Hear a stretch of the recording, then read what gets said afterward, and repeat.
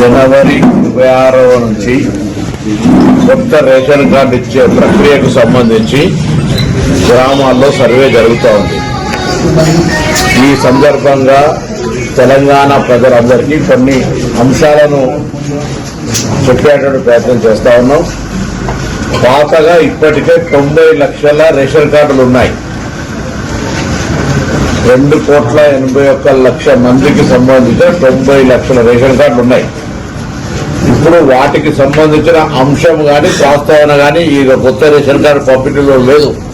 So 90 లక్షల మందికి సంబంధించిన అంశం చర్చకు రాదు. ఇందులో కొత్తగా ఎవరైతే గత 10 సంవత్సరాలుగా రేషన్ కార్డు కావాలనే ఆలోచనతో తిరుగుతా ఉన్నారో, కొత్త కుటుంబాలుగా ఏర్పడ్డాయో, పెళ్లిలై పిల్లలై, లేదా ఈ ఇంటి బిడ్డ ఆ ఇంటి కోడలై, ఈ విధంగా లేదా ఈ ఊరాని ఇంకో ఊరికి పోయి అట్లా కొంత మార్పులు చేర్పులకు సంబంధించిన అంశం కావచ్చు, లేదా అర్హత ఉండి మళ్ళీ చెప్తాం స్పష్టంగా అర్హత ఉండి కొత్త రేషన్ కార్డు రానటువంటి వాళ్ళందరికీ 10 సంవత్సరాలుగా కొత్త రేషన్ కార్డు కావాలి, నాకు అర్హత ఉంది, ఈ ప్రభుత్వం ఇస్తలేదని నిరాశపడ్డ వాళ్ళందరికీ శుభవార్త. వాళ్ళందరికీ జనవరి 26 ఇస్తారు. అయితే ఇందులో ఎప్పుడూ తప్పులు లెక్క పెట్టే ప్రతిపక్షాలు దీన్ని కూడా రాజకీయం చేసి గ్రామాల్లో సర్వే జరిగే సందర్భంగా ఒక అంశం చర్చ చేస్తాను. ఇప్పుడు పాత రేషన్ కార్డు, కొత్త రేషన్ కార్డు గ్రామ సభలలో ఎప్పుడైనా ఎవరైనా పెట్టుకొని చర్చ చేసుకోవచ్చు. ఎలిజిబిలిటీ రాళ్ళు ఎవరైనా ఉన్నా కూడా మళ్ళీ రాష్ట్ర వ్యాప్తంగా రేషన్ కార్డుకు అర్హత ఉండి రాకుంటే ఎవరైనా మీ సంబంధిత అధికారికి కానీ మీ దగ్గరలో ఉన్నటువంటి ప్రజాప్రతినిధికి ఏ నియోజకవర్గమైనా సరే మీరు విజ్ఞాపన పత్రం ఇవ్వచ్చు.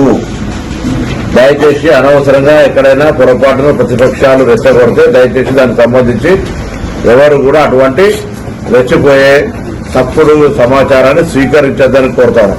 మళ్లీ చెప్తాను, తెలంగాణ రాష్ట్ర మంత్రిగా తెలంగాణలో ఇప్పటికే 90 లక్షల మందికి రేషన్ కార్డు ఉంది. దాదాపు 2,81,00,000 మందికి రేషన్ కార్డులు ఉన్నాయి. వాటికి సంబంధించిన ఎక్కడ కూడా రివ్యూ కానీ తొలగించడం కానీ జమ చేయడం కానీ అటువంటిది ఏమి జరుగుతలేదు. ఇప్పుడు కొత్తగా ఎవరికైతే ఎలిజిబిలిటీ ఉండి మళ్ళీ ఎలిజిబిలిటీ క్రైటీరియా ఎవరైనా కాదని కాదు, ఎలిజిబిలిటీ క్రైటీరియా ఉండి ఎవరికైనా రేషన్ కార్డు రాకపోతే వాళ్ళ రేషన్ కార్డు కోసం మీ దగ్గర ఉన్నటువంటి అధికారిని కానీ ప్రజాప్రతినిధి కానీ నేరుగా కలిసే అవకాశం ఉంది. దయచేసి ఇలా కన్ఫ్యూజన్ అవసరం లేదు. ఎవరైనా ఏదైనా తప్పుడు సమాచారంతో దాన్ని విశ్వసించొద్దని కోరుతా ఉన్నా.